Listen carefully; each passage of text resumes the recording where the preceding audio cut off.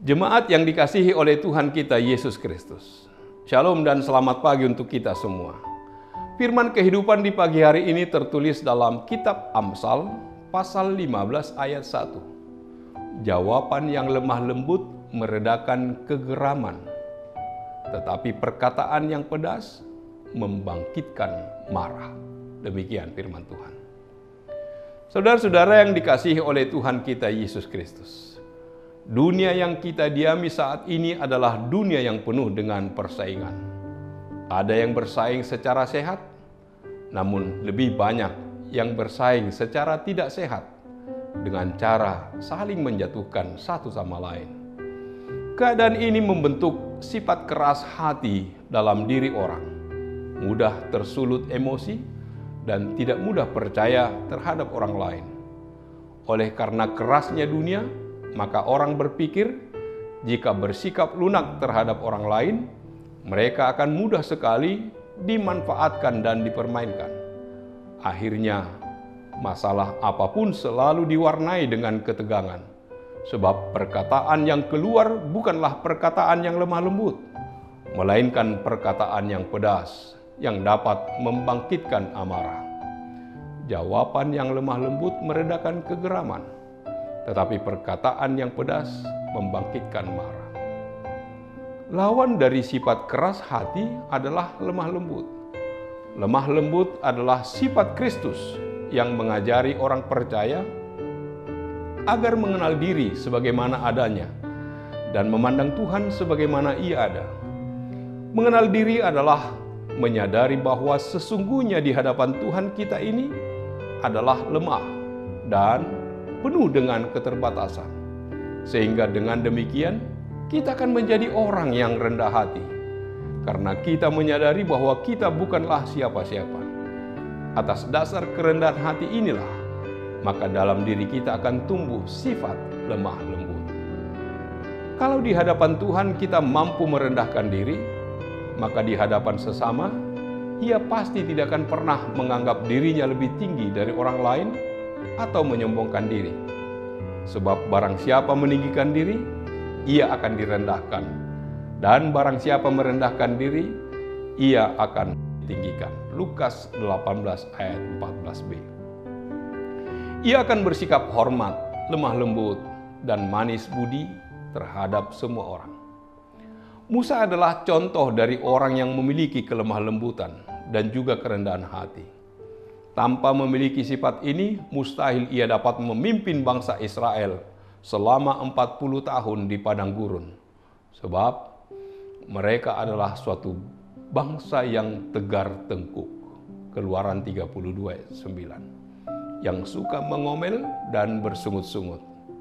Ketika umat Israel membuat patung lembu dari emas tuangan untuk disembah, Musa datang kepada Tuhan dan memohon belas kasih-Nya agar mau mengampuni perbuatan keji bangsa itu. Begitu besar kasih-Nya kepada umat Israel, sampai-sampai Musa rela namanya dihapus dari buku kehidupan, asal saja Tuhan mau mengampuni dosa mereka. Paulus dalam suratnya kepada jemaat Efesus berkata, "Hendaklah kamu selalu rendah hati, lemah lembut, dan sabar." Efesus 4 ayat 2a. Kita pun kemudian memberikan nasihat sesuai dengan cara yang kita pandang baik. Tidak jarang, nasihat kita bercampur dengan rasa gemas, dan tanpa direncanakan, nada suara kita pun meninggi. Terlebih, jika kita tidak melihat perkembangan baik dalam kehidupan pribadi orang yang kita kasihi tersebut. Secara tidak kita sadari, seringkali maksud baik kita malah membangkitkan ketidaksukaan di dalam hati anggota keluarga yang kita nasihati. Bukannya termotivasi, ia malah menjadi sakit hati dan memberontak. Bukannya merasa dikasihi, ia malah merasa direndahkan dan dihakimi. Tak ayal, pertengkaran pun terjadi. Dalam salah satu bukunya, Gary Chapman menulis, dibutuhkan empati dan kemampuan untuk melihat dari perspektif orang yang kita kasihi. Kita harus terlebih dahulu mempelajari apa yang penting bagi mereka. Baru kemudian kita dapat memberikan dorongan. Saat ini kita diingatkan untuk merenungkan. Pernahkah kita mencoba untuk memahami kesulitan yang dihadapi oleh orang yang kita kasihi? Apakah dengan bersikap keras dengan mereka, lantas mereka dapat menemukan jalan keluarnya sendiri?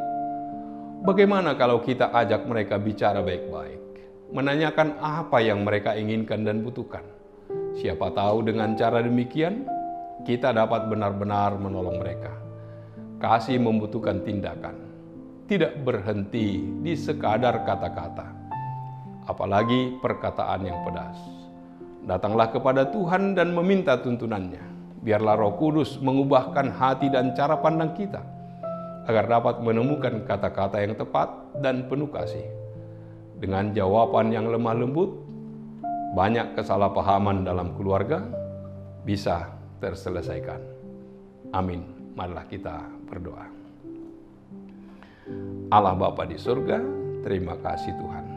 Engkau telah mengingatkan kami, jawaban yang lemah lembut meredakan kegeraman, tetapi perkataan yang pedas membangkitkan marah.